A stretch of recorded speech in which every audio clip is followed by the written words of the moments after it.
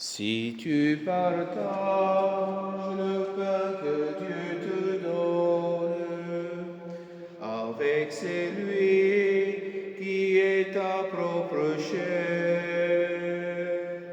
la nuit de ton amour sera lumière de midi. La nuit de ton amour sera lumière de midi.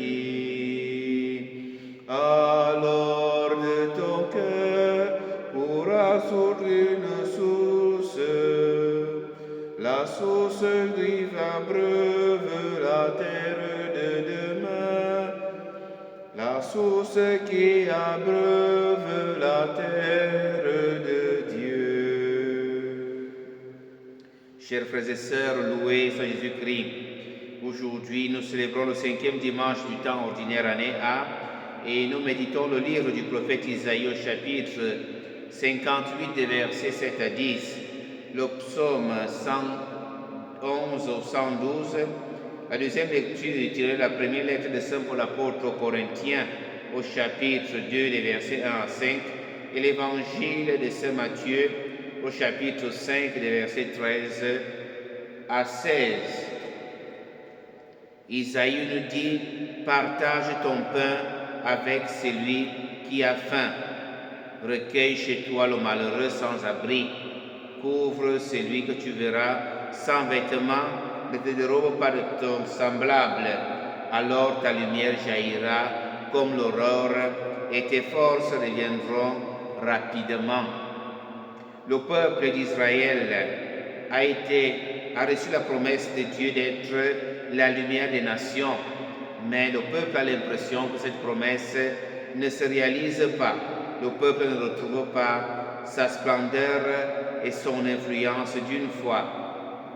Le peuple a eu la promesse que Dieu ne se détournera pas de lui, mais le peuple a l'impression d'appeler Dieu en vain. Et pourquoi cette aridité et pourquoi cette impression d'être seul? Pourquoi cette impression que la promesse de Dieu ne se réalise pas? C'est parce que le peuple manque de partage, le peuple manque le désir de combattre l'injustice, les possibilités de combattre l'exploitation de celui qui est faible. Alors, si nous ne combattons pas l'injustice, si nous n'avons pas le courage, la compassion d'aider qui a besoin de nous, comment on peut penser à une terre nouvelle? Comment on peut penser à une vie meilleure? Ça va sembler que Dieu n'écoute pas, ça va sembler que Dieu est absent. Alors, si le peuple d'Israël avait compris, si le peuple, nous aujourd'hui, en 2026, comprenons que la gloire de Dieu se manifeste quand ensemble nous nous mettons pour lutter contre l'injustice, quand ensemble nous nous mettons pour qu'il n'y ait pas de gens qui aient besoin à côté de nous, des sociétés beaucoup plus justes, équitables, où les plus riches ne deviennent pas toujours plus riches comme ce que nous vivons aujourd'hui. Alors on va se rendre compte que la promesse de Dieu s'accomplit. On devient un peuple fort. On ne devient jamais fort seul. On ne devient pas fort en petit groupe non plus. On devient fort ensemble. C'est un peuple qui devient fort, pas des individus du peuple. Et c'est pour ça qu'on va tellement parler des injustices, elles ne finiront pas. Parce qu'il y a toujours un groupe qui se croit plus fort, qui arrache les terres, qui a des nominations, qui a beaucoup d'argent, qui détourne sans qu'on ne fasse rien.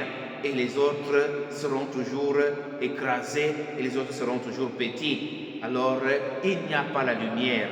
Nous restons dans les ténèbres. Cette lumière que Jésus dit dans l'Évangile, il dit, soyez, vous êtes le sel de la terre. Vous êtes le sel de la terre. Vous êtes la lumière du monde. Comment on fait pour être celle de la terre? Comment on fait pour être lumière du monde si nous ne tendons pas la main à nos frères qui ont besoin?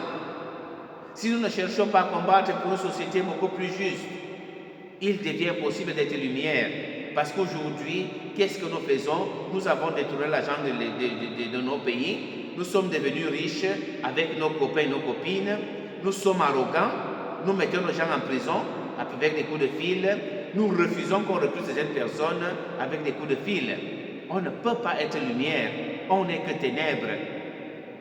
On ne peut pas donner la saveur à nos pays parce que tous ceux qui sont dans nos gouvernements, beaucoup ne travaillent pas pour que le peuple sente qu'il y a du sel, qu'il y a du goût à vivre dans nos pays. Et on se lamente que les jeunes fuient et cherchent le paradis ailleurs. C'est parce qu'il n'y a pas de lumière dans nos pays, il n'y a pas de sel dans nos pays qui donne goût, le goût de vivre dans sa propre terre. On est obligé, de fuir et aller chercher le paradis ailleurs.